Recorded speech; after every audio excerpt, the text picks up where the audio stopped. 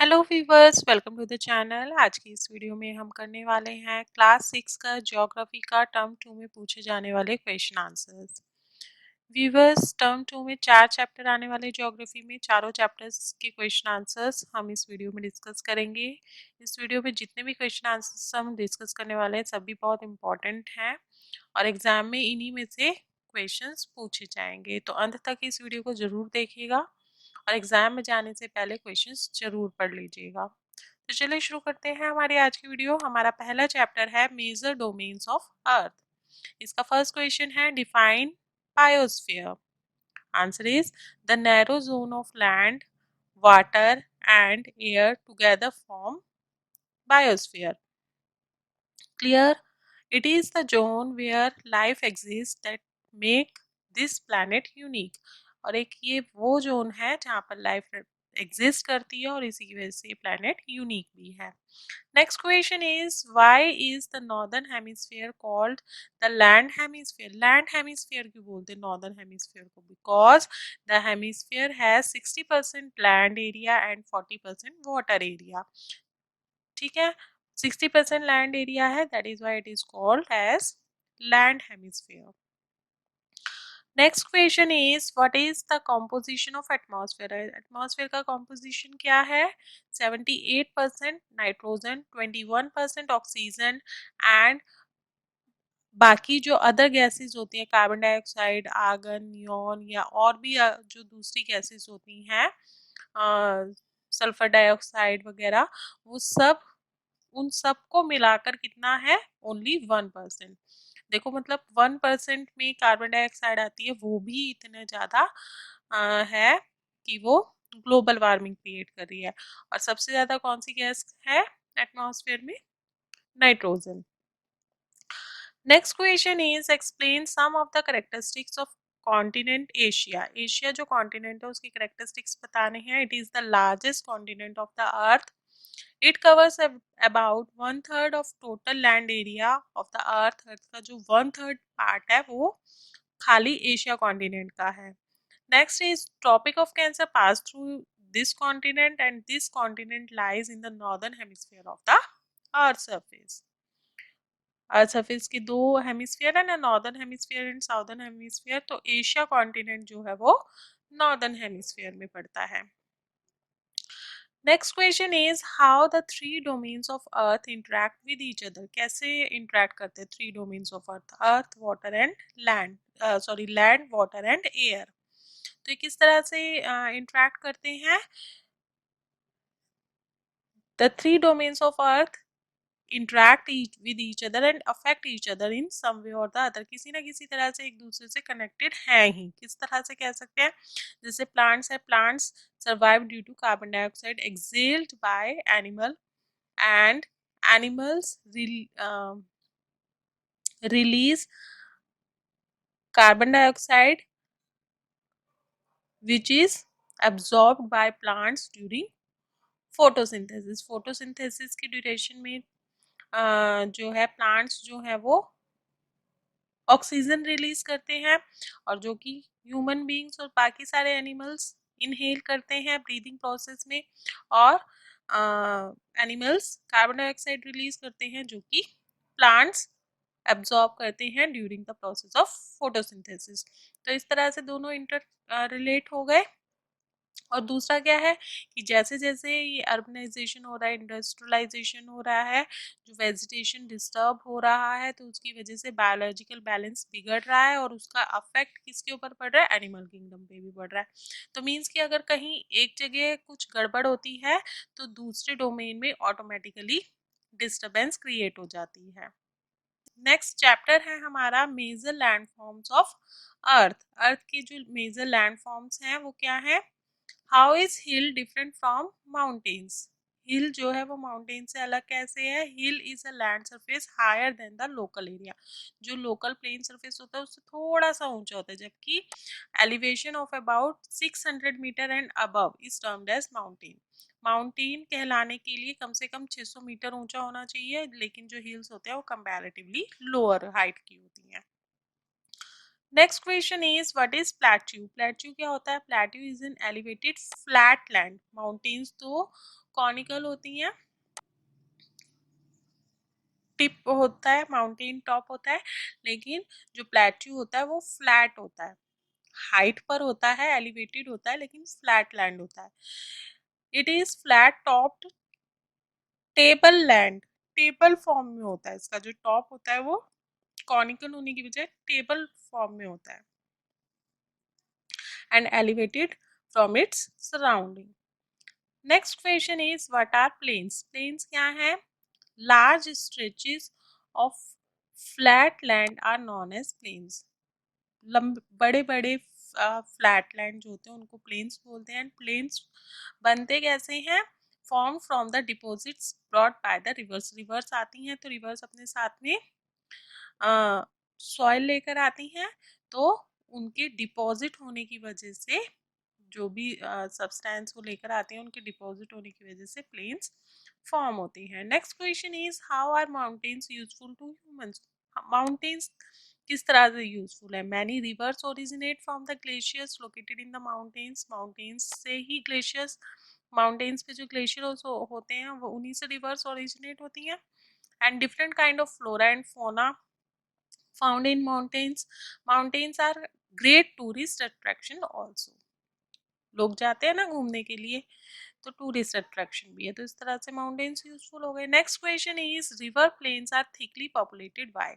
बहुत important question है, इसका आने का बहुत चांस रहता है कि रिवर प्लेन्स जो होते हैं, मतलब जो प्लेन एरिया होते हैं, जैसे नॉर्दर्न प्लेन है इंडिया के अंदर, तो वो थिकली पॉपुलेटेड हो, बहुत ज़्यादा पॉपुलेशन वहाँ पर रहती होती है। क्यों? Because they are fertile and flat land. Fertile भी होते हैं और फ्लैट भी होते हैं, मतलब जैसे माउंटेन्स ऊंची ऊंची होती है, स्लोपी एरिया होता है, लेकिन प्लेन्स जो होते हैं वो फ्लैट लैंड होते हैं और ऊपर से फर्टाइल भी होते हैं क्योंकि एलुवियल सॉइल से बने हुए होते हैं। So it is easy to cultivate here and construct roads and houses here. घर आराम से बना सकते हो, कोई भी कंस्ट्रक्शन बना सकते हो आराम से, रोड्स बना सकते हो, रेलवे लाइंस उसके ऊपर बिछा सकते हो, तो ट्रांसपोर्टेशन में भी आसानी रहती है और डिफरेंट फैसिलिटीज भी वहाँ पर इजीली अवेलेबल हो जाते हैं। So people like to settle at such places. और ऐसी जगहों पे रहना तो लोग पसंद करेंगे ही करेंगे, तो इसलिए प्लेन्स जो होते हैं वो काफ़ी populated होते हैं। Next question is our sorry next chapter is our country India. Next chapter आता है हमारा आवर कंट्री इंडिया। इसका जो क्वेश्चन है वो है what contributes to India's diversity? India की डाइवर्सिटी, इंडिया में जो डाइवर्सिटी है वो क्यों है? India has diversity of landforms, climate, vegetation, wild life, culture and language. अलग अलग तरह के लैंडफॉर्म्स हैं, कहीं पर पहाड़ है, कहीं पर प्लेन है, कहीं पे डेजर्ट्स एरिया भी हैं, तो कोस्टल एरियाज भी हैं, तो अलग अलग तरह जगह पर अलग अलग क्लाइमेट रहता है। उसी की तरह से अकॉर्डिंगली, क्लाइमेट के अकॉर्डिंगली वहाँ पे वेजिटेशन ग्रो होता है, वाइल्ड लाइफ वहाँ का वैसा होता है, और जिस हिसाब से एटमॉस्फेयर होता है उसी के अकॉर्डिंग वहाँ का कल्चर और लैंग्वेज होता है।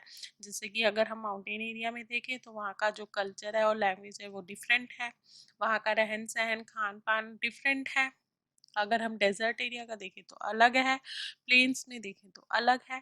तो जो मेजर जो डिफरेंस आता है वो लैंड फॉर्म्स, क्लाइमेट, वेजिटेशन की वजह से होता है और उसी के अकॉर्डिंगली वहाँ के लोगों का रहन सहन हो जाता है। Next question is right a note on peninsular plateau. Peninsular plateau के ऊपर नोट लिखना है। It is a piece of land that is surrounded by water on its three sides. Peninsular क्या होता है? जो three sides से पानी से covered हो। In India to the south of the northern plain के south में lies peninsular plateau. It is triangular in shape. It is a region with numerous hill ranges and valleys. यहाँ पर क्या है? हिल रेंजेस है और valleys है, तीन साइड से पानी से घिरा हुआ है और ट्रायंगुलर शेप में है। Next question is distinguish between eastern coastal plains and western coastal plains. Eastern plains coastal plains है और वेस्टर्न कोस्टल प्लेन्स है इंडिया के अंदर, ईस्टर्न बे ऑफ बंगाल के पास और वेस्टर्न अरेबियन सी के पास। तो चलिए शुरू करते हैं। Answer is eastern coastal plains lie between eastern Ghats and bay of Bengal. East में बे ऑफ बंगाल है ना, and western coastal plains lie between western Ghats and Arabian sea. Clear. Next point है इसका, eastern plains are fertile while western plains are infertile. Western plains जो है वहाँ वो ज्यादा उपजाऊ नहीं है, फर्टिलिटी पुअर है। Next point is eastern plains are broad while western plains are narrow. Western plains का जो एरिया है वो नैरो है और ईस्टर्न प्लेन्स का जो एरिया है वो ब्रॉड है और फर्टाइल भी है। Next question is what are coral islands and how they form. Coral islands क्या होते हैं और कैसे बनते हैं? Corals are skeleton of tiny marine animals called polyps। polyps से बन polyps के skeleton होते हैं। when these living polyps die their skeleton are left। skeleton बच जाते हैं और उसी के ऊपर न्यू polyps ग्रो कर जाते हैं और फिर उसके वो जब वो डाई हो जाते तो उसके ऊपर न्यू polyps ग्रो कर जाते, तो ऐसे ये हायर एंड हायर ग्रो करते रहते हैं and form the coral islands.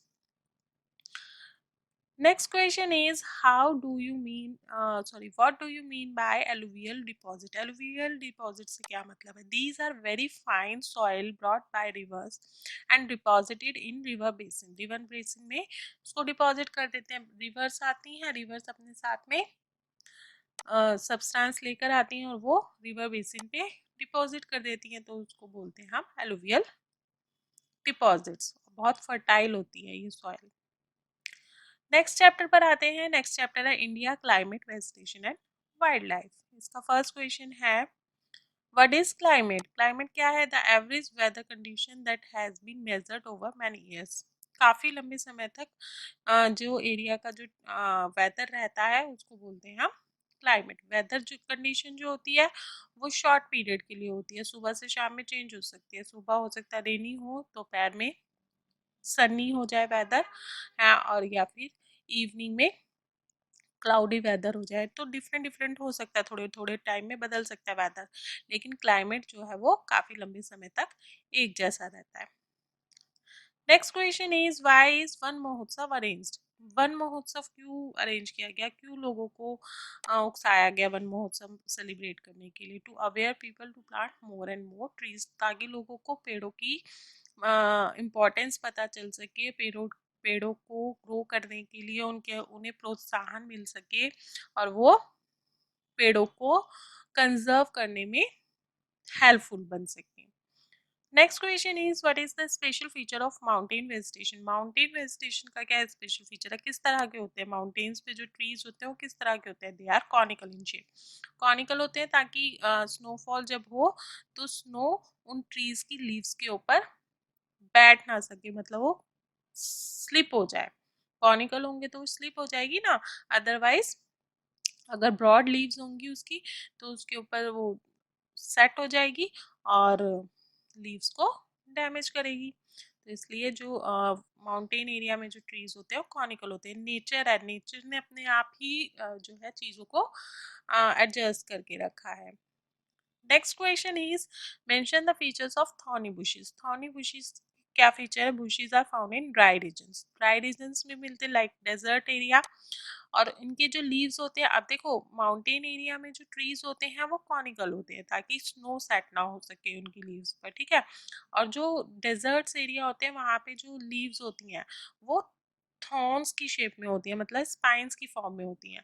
क्यों? क्योंकि वहाँ पे पानी की कमी होती है डेजर्ट्स में, तो वाटर लॉस कम से कम हो, इसलिए वहाँ पे जो उनकी जो लीव्स होती है वेजिटेशन की वो स्पाइंस की फॉर्म में होती हैं। नेचर है ना ये, नेचर ने अपना कमाल देखो कैसे दिखा रखा है। जहाँ पे पानी की कमी है वहाँ पे ब्रॉड लीव्स नहीं है ट्रीज में, वहाँ पे स्पाइंस है ताकि पानी कम लॉस हो, और जहाँ पर स्नोफॉल हो रहा है वहाँ पे कॉनिकल शेप है। Next question is how are forest important for us. Forest की क्या इंपॉर्टेंस है? Life can not be imagine without trees, सोच ही नहीं सकते। Plants release oxygen that we breathe in and the roots of plants regulate soil erosion. Plant से हमें oxygen मिलता है, प्लांट्स की जो रूट्स हैं वो सॉइल इरोजन को रेगुलेट करती हैं, पकड़ के रखती है ना, ताकि सॉइल इरोज ना हो आसानी से। फिर क्या है? Forest is a natural habitat for wild life के लिए नेचुरल हैबिटेट है, we get so many things from forest like food, medicinal plants, fruits etcetera. कितनी सारी चीजें हमें मिलती हैं प्लांट्स से। तो ये सब चीजें हमें फॉरेस्ट से मिलती हैं। फॉरेस्ट आर वेरी यूजफुल और बायोलॉजिकल बैलेंस को भी मेंटेन करके रखते हैं। तभी तो हम कह रहे हैं ना, आज अगर फॉरेस्ट खत्म होते जा रहे हैं तो ग्लोबल वार्मिंग होते जा रही है, बायोलॉजिकल बैलेंस डिस्टर्ब हो रहा है। चलिए, that is all for today. I hope आपको वीडियो पसंद आई होगी। वीडियो कैसी लगी कमेंट बॉक्स में कमेंट करके जरूर बताइएगा। वीडियो पसंद आए तो वीडियो को लाइक कर दीजिए, फ्रेंड्स के साथ में, रिलेटिव्स के साथ में ज़्यादा से ज़्यादा शेयर कीजिए। चैनल पे पहली बार आए तो चैनल को सब्सक्राइब कर लीजिए, साथ ही बेल आइकन को प्रेस कर लीजिए ताकि आपको नई नई वीडियोस के नोटिफिकेशन साथ साथ मिलते रहें। फिर मिलेंगे एक नई वीडियो में एक नए चैप्टर के साथ, तब तक के लिए bye bye, have a good day.